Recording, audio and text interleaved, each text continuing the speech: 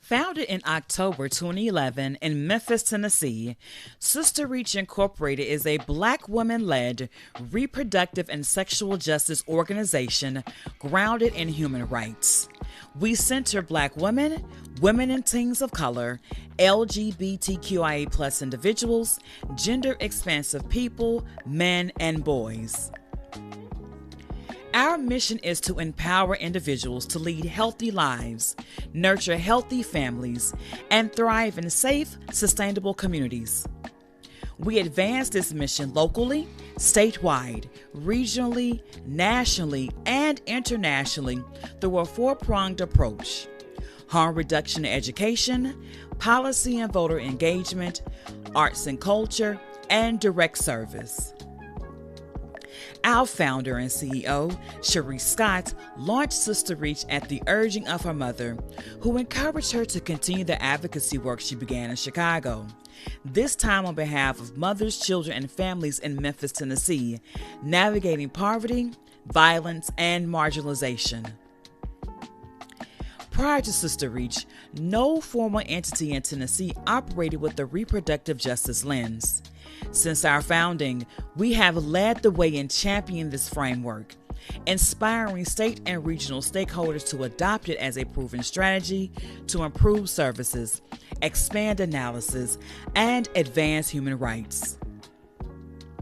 As our work has evolved, so has our lens, expanding to explicitly include sexual justice as an essential component of reproductive justice. Our commitment to reproductive and sexual justice reflects our dedication to all who are pregnancy capable, gender expansive, and those whose identities are often rendered invisible. Our motto at Sister Reach is, "We are the people we serve." And it's with that intention that we serve from a place of lived experience, compassion, boldness, and abundance, because our communities deserve nothing less.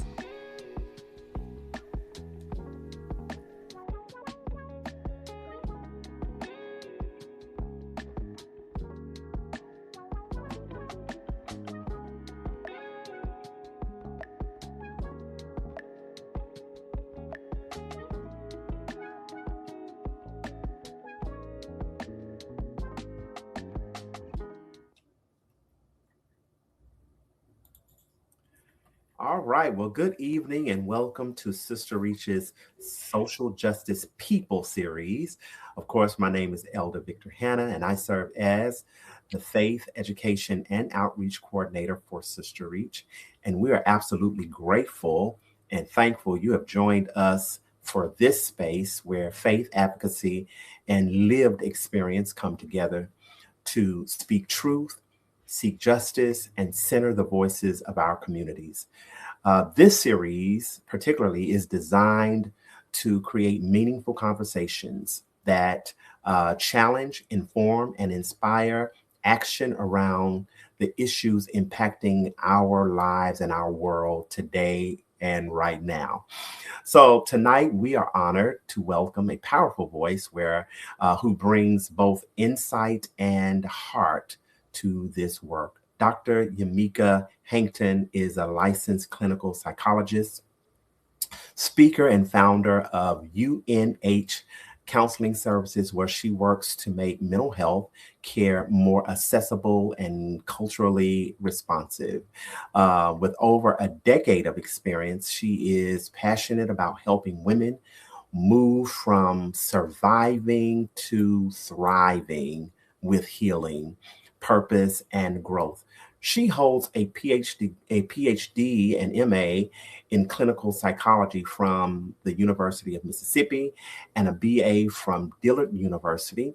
Her work centers on the connections among mental health, reproductive justice, and restoration, both in clinical practice and in community engagement. Now, known as the thriving strategist, she is committed to helping individuals reclaim their voice and live with intention, clarity, and joy. Come on, Sister Reach. Help me welcome Dr. Umieca Hankton. Thank you so very much, Elder Victor. I'm so excited to be here and to be a part of the speaker series, especially during Mental Health Awareness Month. So, for the time that we have together today, we're going to discuss healing roots. And when we discuss healing roots, we're going to explore a few things. We're going to explore the importance of rest as a necessary part of healing, the power of naming our roots. And when I say roots, I mean those emotional and mental injuries that we've carried over time. And we'll also talk about the role of rest in helping us move from surviving to thriving. So I'm not a biblical scholar, but I'm a believer. And there is a scripture that I hold close to me, and it's Psalm 46:10. It says, "Be still and know that I'm God." I'm going to focus on the be still and know piece, because for many of us, stillness does not come naturally. We have been conditioned to keep going, to keep producing and reproducing, to keep showing up even when we're tired. And so as we reflect today on what we need for wellness, I want to offer as a consideration the gifts of stillness and the benefits of rest in space, not just physical space to rest, but emotional space to feel and mental space to reflect. Now, as Black people and as Indigenous people, we were taught how to survive. We were taught, but we weren't taught how to heal the thing that forced us into survival mode. So when it comes to healing, it's going to be important for us to name our hurt, because naming what hurts is important, because unnamed wounds do not heal. When we ignore or minimize or dismiss what has hurt us, we don't move toward healing. We often move further into disconnection from our bodies, our emotions, and our needs. And clinically, what we know is this: when our experiences go unacknowledged, our nervous system does not settle. It stays activated and on guard. It stays dysregulated. And clinically, what we also know is that even when life appears fine on the outside, internally, there's a war within. And this war can be life-threatening because it can produce tension, hypervigilance, and even exhaustion. So my hope for today is that through this conversation, we will be more willing to decrease avoidance and lean into our awareness, because we can't unknow what we know. And awareness, although it can be scary and painful, it gives us information about our thoughts, our emotions, bodily sensations, and our actions. And this awareness gives us an opportunity to reflect, to course correct, and to begin healing the roots that were uncovered in our practice of awareness. Now, one of the words you will hear me say throughout our discussion, the word practice, okay? So let's talk a little bit about healing roots. When I talk about healing roots, and these are those emotional and mental injuries, I'm not just talking about injuries that happened last week or last year. I'm talking about some of the roots that we inherited, roots that were planted and reinforced and carried over time in the name of survival. And as we name these roots today, I want us to explicitly acknowledge a truth that can feel heavy, that can feel frustrating, infuriating, and even empowering at the same time. Many of the roots we carry, we did not choose. We did not cause them to be planted, and we did not ask for the experiences that led us into survival mode. And at the same time, healing them is our responsibility. Healing them is how we begin reclaiming our lives, our strength, and our power. Because if we do not tend to the roots, they'll continue to show up. They'll show up in how we think, how we feel, how we respond to the world around us. And these roots are not just in the past. These are present, they are active, and they show up in our day-to-day lives and how we view ourselves. Am I enough? And how we view the world. Is it safe to trust others? It shows up in how we navigate life, overextending ourselves, struggling to rest without guilt, avoiding vulnerability because we were told that vulnerability was a weakness instead of a strength, feeling the need to control everything and everybody, and silencing our own needs to keep the peace. So what are these roots that I'm referencing? Well, I'll share with you about 5 of them. So the first is the personal and interpersonal root. This refers to harm that occurs within relationships or individual life experiences. This can include experiences such as loss and betrayal, abandonment, emotional neglect within our close relationships. And these roots impact how we connect with others and how we understand ourselves in relationship. And over time, when these experiences are not processed, they don't simply disappear. They become embedded. And they show up as difficulty trusting others, as heightened sensitivity to rejection or criticism, as overthinking interactions or assuming the worst. And it can also show up as withdrawing from relationships, or on the other end, overextending ourselves to maintain connection. And at the core of this particular root, it impacts our sense of safety, our safety with others, and our sense of safety with ourselves. And then there are these systemic and structural roots. This refers to the psychological harm of navigating systems that are inequitable, that are oppressive, and were never designed with our well-being in mind. And these roots often develop because of racism, sexism, discrimination, and inequities in our healthcare and education and employment. And this type of trauma or root, unfortunately, is often ongoing. It's not a one-time event. And because it's then embedded in systems, it can be difficult to escape. And so it can show up as chronic stress that feels constant or unrelenting, as hypervigilance in certain environments, always scanning, always assessing safety. It can look like code switching, over preparing, or feeling the need to prove ourselves in spaces where we weren't actually intended to be seen or valued. And it can also lead to exhaustion. And this kind of exhaustion that I'm talking about, it doesn't go away with a nap because it's tied to our lived experience. And over time, it impacts how we move through the world and how safe the world feels to us. Then there is reproductive injustice. Now, these roots refer to emotional, psychological, and the physical impact of experiences related to our bodily autonomy. It's centered around reproductive decision-making, access to safe and supportive care. And let me be clear, this is not just about policy, but this is about lived experience. It's about navigating decisions around pregnancy and fertility and parenting and healthcare in unsafe environments. And this root shows up as anxiety around decision-making, second-guessing ourselves, feeling pressure from external voices. It may look like fear related to bodily autonomy, feeling like our body is not fully our own. It can show up as a silent stress, carrying the weight of deeply personal decisions without safe spaces to process them. And over time, that root can create disconnection, not just from our body, but from our voice and from our sense of agency. And I'm going to tread light with this one. Religious and spiritual roots. This refers to the psychological and the physical injury that can occur within faith-based or spiritual environments. This can happen when teachings, leadership, or community dynamics create fear or shame or control or suppression of one's identity, voice, or autonomy. And for many, this harm is complex because it exists alongside our belief, our faith, and our community. And so it can show up as guilt when setting boundaries, feeling like saying no or speaking up is wrong or disobedient. It can look like silencing ourselves when we really want to question traditions or doctrine or practices in order to maintain peace, belonging, or acceptance. We remain quiet. And it may show up as staying in spaces that feel harmful because leaving those spaces could also feel like losing community or identity or our connection to faith. And in the name of obedience, I am treading light.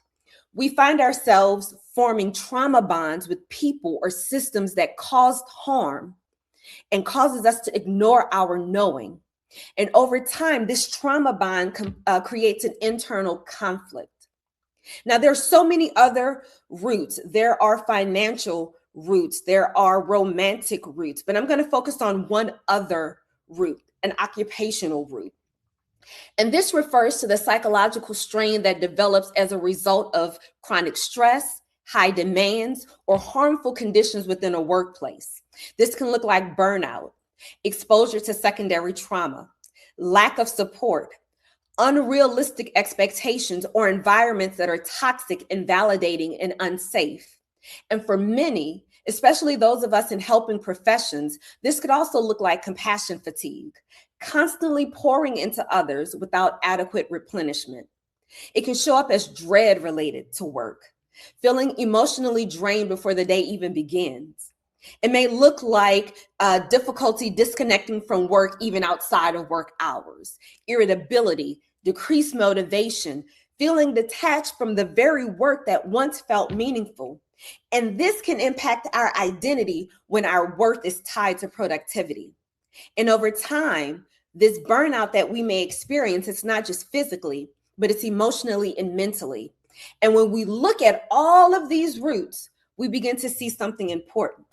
These are not isolated experiences. And when we think back to lessons taught about our capacity and capability to endure, we're taught only the strong survive. We're taught survival of the fittest. We inherit survival patterns, hyper-independence, over-functioning, being the strong one, holding everything and everyone together, even when we're falling apart. So when we talk about these roots, we're not just talking about what happened, but we're also talking about how what happened continues to live within us. Naming and healing what we experience helps us to shift the narrative from what's wrong with us to what happened to us. And this shift matters. It matters because awareness disrupts autopilot. Awareness allows us to pause and to reflect and to choose how we want to respond rather than reacting from old patterns. And choice is power. Unhealed roots keep us in patterns like people pleasing and overextending and avoiding conflict, patterns that helped us to survive, but often required us to silence ourselves. So when we name and begin healing these roots, we begin to recognize that it's not who we are. We are not the pattern. It is what we learned or what we do. And the beauty of something that is learned is that it can be unlearned. And that is where our voice begins to return. When these roots go unaddressed, they often keep us locked in patterns that were designed for survival, but not for thriving. So the question that I pose, what roots are you carrying that need to be named, processed, and healed? And I acknowledge this truth. At various points in our lives, we did what we believed we had to do to survive. And we honor that. But survival is not the same as healing. And now we have an opportunity to be aware and intentional in healing in ways that support not just our survival, but our thriving. And so you may be thinking to yourself, I'm open and ready to name and heal these roots that don't serve me well, but what's next? Well, what comes next is actually the start of the healing journey. What comes next is the awareness of a truth that I believe we don't talk about enough, and that's the discomfort of healing. An infrequently discussed truth is this: healing hurts. And I want to pause here because this is where many people get stuck. We want healing, but we don't want the discomfort that often comes with it. But think about it. When we're nurturing a physical injury, we expect some level of discomfort. When we clean a wound, we know that it may sting. We know that it may take our breath away momentarily, heavily on the momentarily. We may even wince or pull back or even cry, but we understand something important. The discomfort is part of the healing process. And yet, when it comes to our emotional and psychological injuries, we respond differently. When it starts to hurt, we avoid it. We distract ourselves. We minimize it. We tell ourselves that we're fine. We keep pushing it down, suffocating so that we can keep moving. But here's the truth. Avoiding the pain does not heal the wound. It often delays healing or causes the harm to spread to other parts of the body and other people. I often hear people say that hurt people, and I challenge that narrative each and every time. I believe hurt people who are unwilling to do their own hard heart work to heal hurt people. Not intentionally, but as a byproduct of unintended wounds. So we find ourselves bleeding on the very people who never caused us harm, but who possibly were sent to help, but we pushed them away. Healing requires us to sit with what we once tried to escape, to revisit those experiences that we may have buried, to feel emotions that we were never given space to process, and even to acknowledge truths that we may not have been ready to face before, but we're open to facing them now. And that can feel uncomfortable. But discomfort in healing is not a sign that we're doing it wrong. It is often a sign that something is shifting, that something that once was buried is now becoming brought into our awareness. It's coming to the surface. And that awareness creates space for healing. When we allow ourselves to move through the discomfort, rather sitting in the discomfort, rather than running from it or trying to go around it, we begin to release what has been stored in the body. And this is what helps us move from a place of survival to a place of thriving. Healing does not mean that the pain never existed. But when we heal, harmed roots no longer have the same power over how we live and how we love and how we show up in the world. So if healing feels uncomfortable, it doesn't mean that something is wrong or we're doing something wrong or that we should abort the mission. It means that we are in the process of healing. So let's talk about a practice that is essential to healing and restoration that we treat as a luxury. Let's take a moment and talk a little bit about rest. Many of us have learned that rest must be earned. We tell ourselves, I will rest when I finish this. I will rest when things calm down. I will rest when everyone else is okay. Or even, I will rest when I'm dead. Ouch. And the truth is, with the exception of death, those moments rarely come. So we stay in cycles of depletion. So here's why rest is so important. Rest regulates the nervous system. It allows us to respond instead of react. When we are constantly overwhelmed or depleted, our nervous system stays in survival mode. And when we're in survival mode, we're not focusing on expression and healing, we're focusing on protection. Rest creates space for regulation. It allows the body to settle, the mind to slow down. So instead of reacting from fear, we're responding from an informed place. And when we are regulated and making informed decisions, our voice becomes clearer. It becomes steadier and more grounded. Rest and reflection connects us to our needs. When we're constantly doing or giving or performing, we lose connection with ourselves. So rest creates space for us to ask ourselves, what do I need? What matters to me? What is true for me? And when we reconnect with our truth, we're better able to speak. Because our voice is not just about speaking louder, but it's speaking from a place of alignment and with authority. Naming and resting creates space for recovery. When we do not name our roots, they quietly drain us. When we do not rest, we continue to pour from an empty place. But when we begin to name and rest, something shifts. We move from depletion to restoration, from survival to thriving with intention, from silence to bold expressions. And that is what it means to reclaim our power and our voice, not becoming someone new, but returning to who we've always been underneath the weight of what we've carried. So again, I ask you to consider, what are you carrying that no longer serves you? Or what are you carrying that you don't need to carry alone? And this rest that I'm lifting into your hearing also includes releasing what was never ours to hold in the first place. Rest is repair, and it is essential to us reclaiming our power and our voice. So what does healing rest look like? Simply, it looks like going to therapy. It looks like allowing a licensed, trauma-informed, affirming, culturally responsive mental health professional bear witness to your experience, but also help you to process what has been stored in your mind, body, and spirit, and support you in returning to the you that you desire. Many of us, we haven't learned how to practice rest in intentional ways. So let's take a moment to actually talk about rest could look like. Let's talk about practical strategies to rest emotionally, physically, and relationally.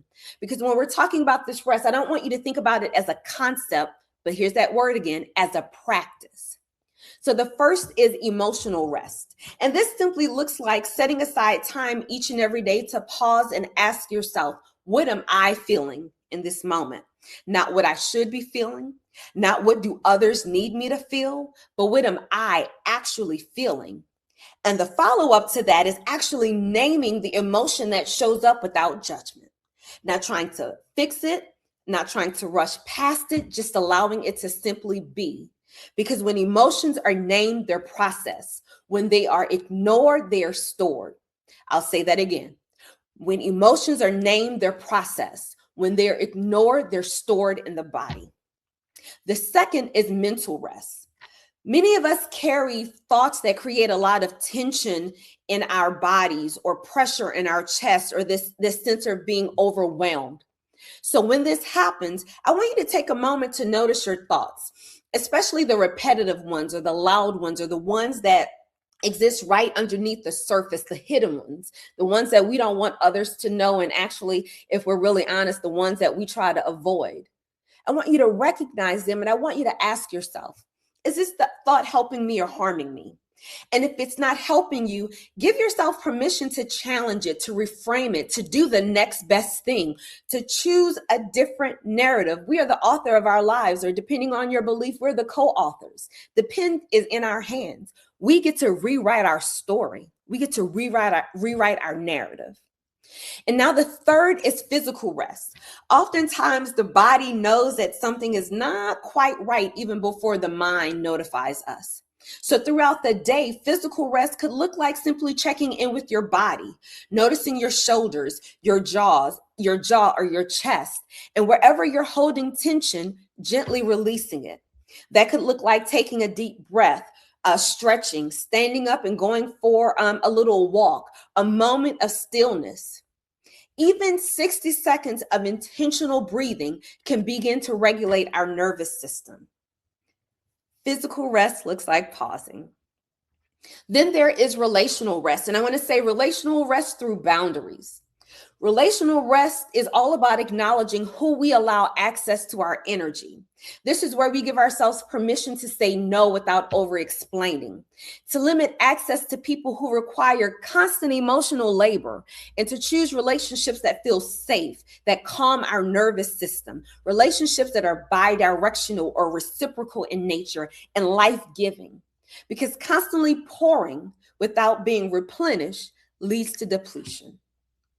There's also sensory rest. Listen, we live in a world of constant noise, constant input, constant engagement. And while our mind can manage all of that noise, it was never designed for that level of consumption. So sometimes that sensory rest looks like turning off notifications, sitting in silence even briefly, stepping away from our screens, putting our phones on do not disturb, stepping away from the noise and the constant demand for our attention. There's also spiritual rest. And I want you to think about spiritual rest as being a practice of being, not just doing.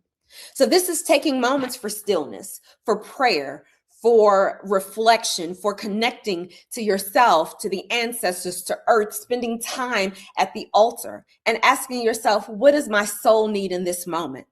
Not what is expected of me, not what I should be doing next, but what does my soul need to thrive? Remember, rest and healing are not found in constantly pushing through. It's found in spaces where we permit ourselves to slow down, to reflect, to pour into ourselves and replenish, and then return to what matters to us. Now, as I begin to close, because I'm aware of the time, I want to extend an invitation to all of us to be curious about our roots needing healing. We were not created to just survive.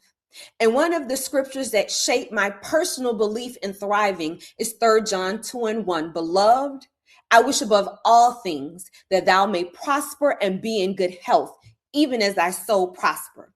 The very definition of thriving is to prosper.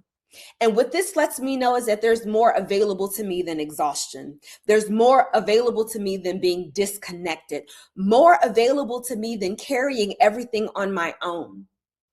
Healing does not erase what happened to us, but it transforms what remains. It allows us to take something that once felt heavy and begin to reshape how it shows up in our lives. As we leave this space, I want to offer you 3 questions to consider. 1, what is one root I'm ready to acknowledge? 2, what's one thing I've been holding that I no longer need to carry or carry alone? 3, what is one way I can honor my need for rest? Not next month, not next week, but today.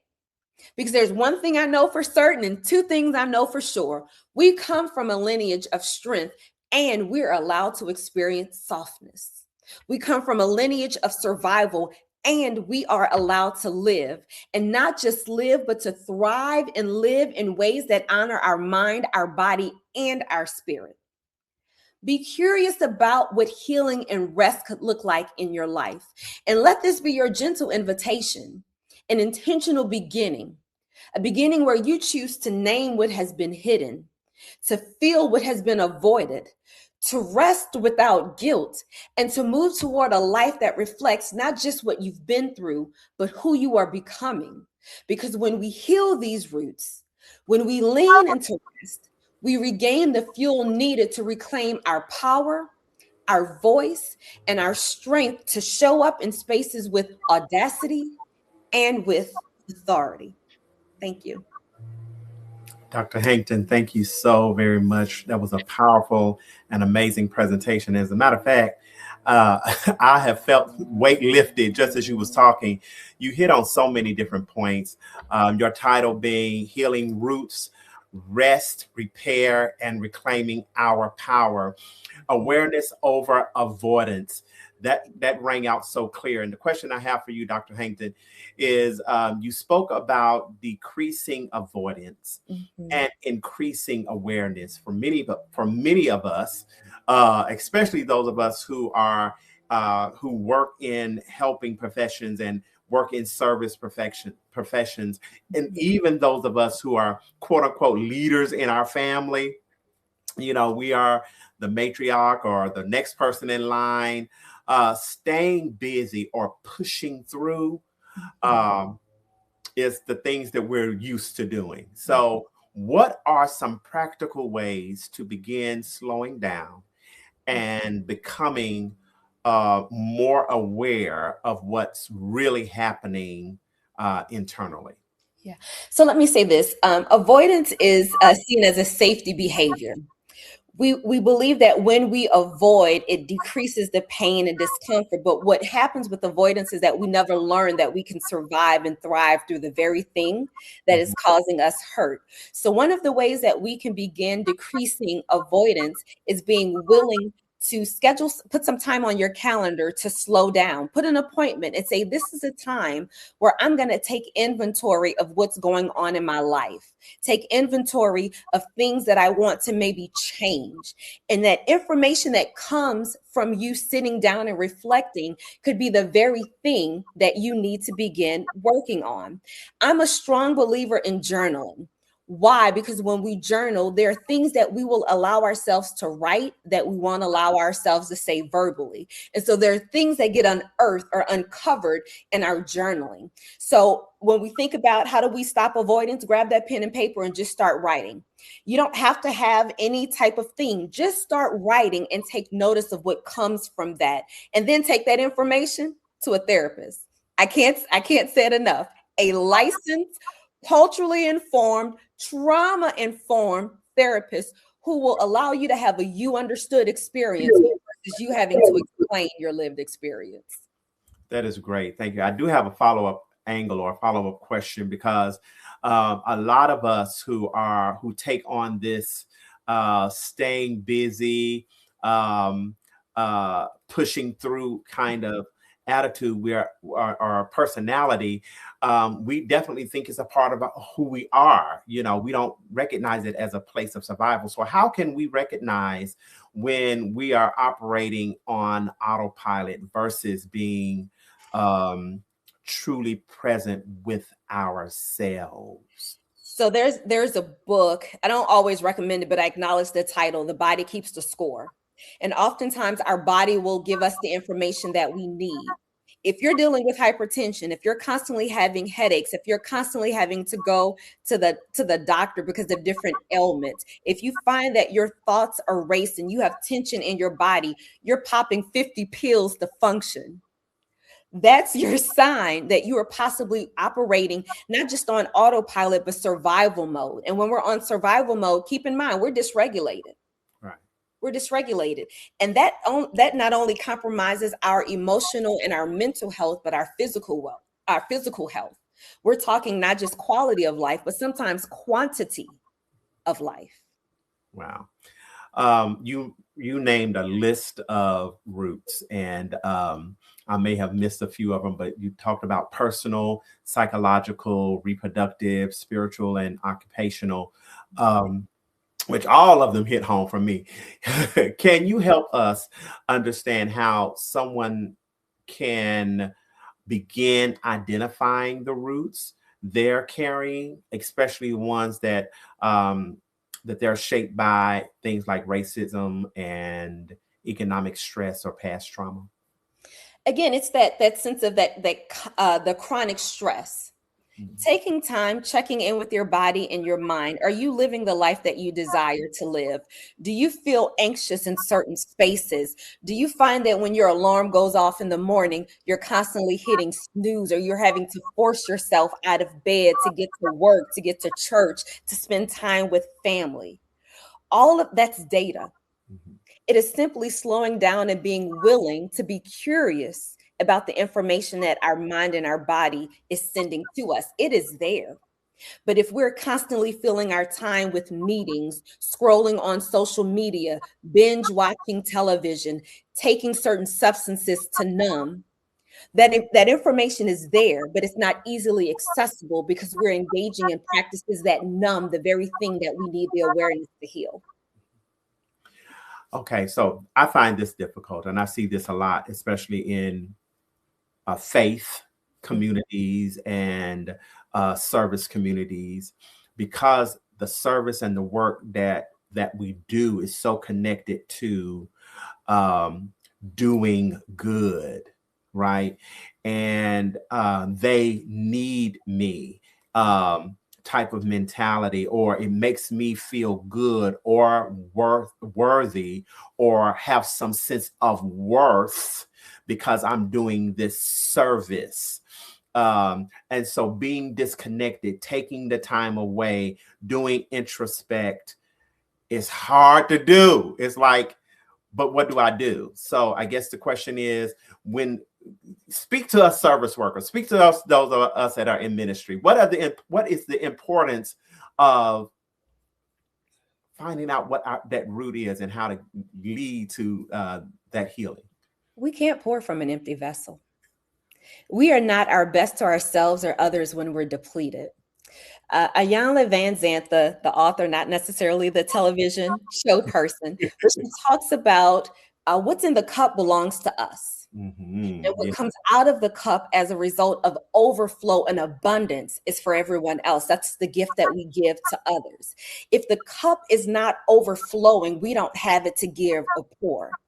And again, I'm not a biblical scholar, but there's a scripture in the Bible that talks about Jesus recognizing that the disciples were overworking, and he said, "Come to this quiet place." Like, even slowing down and resting was an invitation that Jesus gave to the disciples. If it was good enough for Jesus to give to the disciples, how dare anyone in any space tell the believers that they shouldn't rest, that they should sacrifice themselves for the good? If you're not able to perform, then what? Part of caring for God's people, part of doing ministry is making sure that you have what you need to be well to keep ministry going. That's good. That's good. You talked about, or you highlighted, discomfort in healing. And a lot of times, and I've seen this in ministry, I've seen this in my own life. It's like I avoid the healing because I know I have to either relive it, talk it through. Um, so, and then so a lot of times we do self-healing. So how do we know the difference between healthy discomfort and something that may require additional professional support? So we typically walk around with some level of discomfort, but it doesn't cause a disruption. It doesn't interfere with our physical functioning, our emotional, mental, spiritual functioning. But there comes a point where we become paralyzed in our work, in our being, and it feels as though we're hitting a wall. Now, I want to say this particularly as it relates to just, therapy and trauma work. There is this belief in certain settings that you have to relive experiences, talk about it verbatim, but there are treatment modalities out there that does not require you to say anything about your trauma, and your therapist can still help you work through it. EMDR. It's my go-to for trauma, for depression, for guilt, for grief, even guilt. So there are ways that we can heal these traumas without having to actively relive. You've already survived that thing. This is about creating a life that you desire to live, understanding you've already survived, but how do I now move forward and create a life that feels good to me because I've already survived? Got it. You mentioned MDR. What is that? EMDR. So it is eye movement desensitization and reprocessing. So typically when folks come in for therapy, they want CBT because that's the one that a lot of folks know. But EMDR is just another modality or treatment that we use to support individuals along their healing journey. Got it. Okay. Well, Dr. Hankton, thank you so very, very much. This has been very enlightening. Would you mind just giving us a closeout statement speaking to the service workers, the health professionals? Just close us out with that, and then I'll end with a closing as well. Simply put, we have work to do. We have a mission, we have a purpose, and we can't fulfill that mission and purpose in a healthy way if we are not healthy.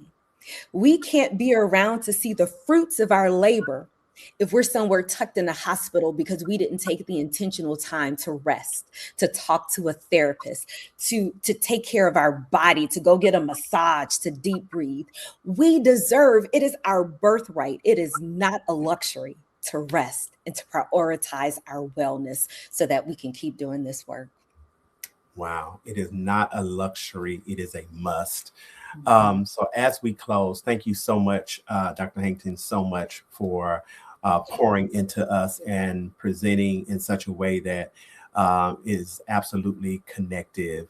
Let's all the viewers, let's gently hold on to the reminder of Psalms 46:10. Be still and know that I am God. In a world that keeps telling us to hurry, to push through, to keep going no matter what, stillness and especially rest can feel unfamiliar and at times uncomfortable, even hard to accept. But maybe that's where healing truly begins, in those quiet moments when we slow down, take a breath, and honestly name what we've been carrying.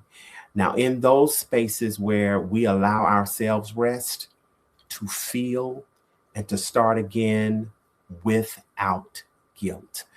Rest is not something we have to earn. It's something we need. It's part of how we heal. You don't have to carry it all by yourself. You don't have to stay in survival mode. And as our elders have reminded us constantly, you can't pour from an empty cup.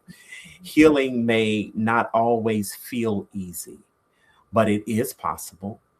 And with each small step, each moment of awareness, each choice to care for yourself, you are moving and we are moving closer to healing and freedom. So take a breath, be still, and know healing is already at work within you.